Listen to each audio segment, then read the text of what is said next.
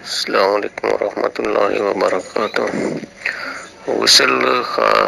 فرضی ہے یا نفلی ہے صفائی کی غرض سے؟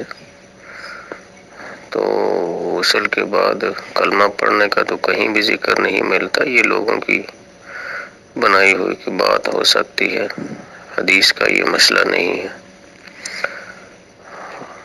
جو مسنون غسل ہے اس میں سب سے پہلے طہارت یعنی استنجا وغیرہ کیا جاتا ہے، اور اس کے بعد پھر اپنے ہاتھ صابن یا مٹی کے ساتھ دھوئے جاتے ہیں، پھر مسنون طریقے سے وضو کیا جاتا ہے۔ مسنون طریقے سے وضو کیا جائے اور سر کے مسا تک جس طرح وضو کرتے ہیں نماز کے لیے، اسی طرح وضو کیا جائے گا، سر کے مسا تک پاؤں نہ دھوئے جائے۔ اس کے بعد پھر سب سے پہلے 3 گلاس پانی یا 3 کپ پانی سر پہ ڈالا جائے اور سر کو اچھی طرح کھجلایا جائے، اور پھر جسم کے دائیں جانب پانی بہایا جائے اور پھر بائیں جانب پانی بہایا جائے۔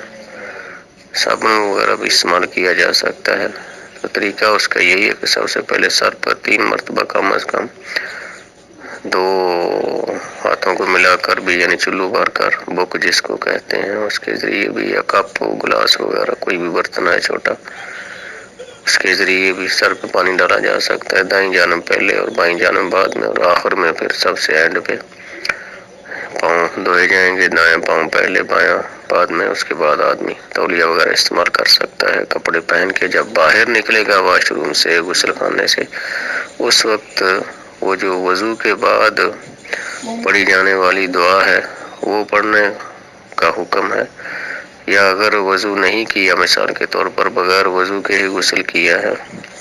تو پھر باہر نکل کر وہ جو واش روم سے نکلنے والی دعا ہے غفرانک الحمدللہ الذی اذھب عنی العذاب وعافانی،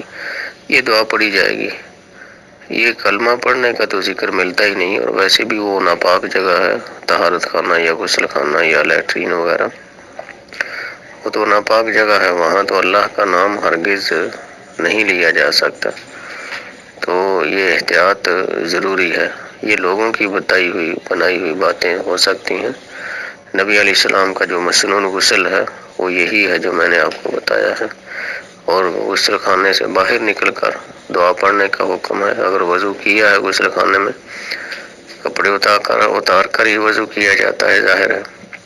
تو کوئی بات نہیں، تو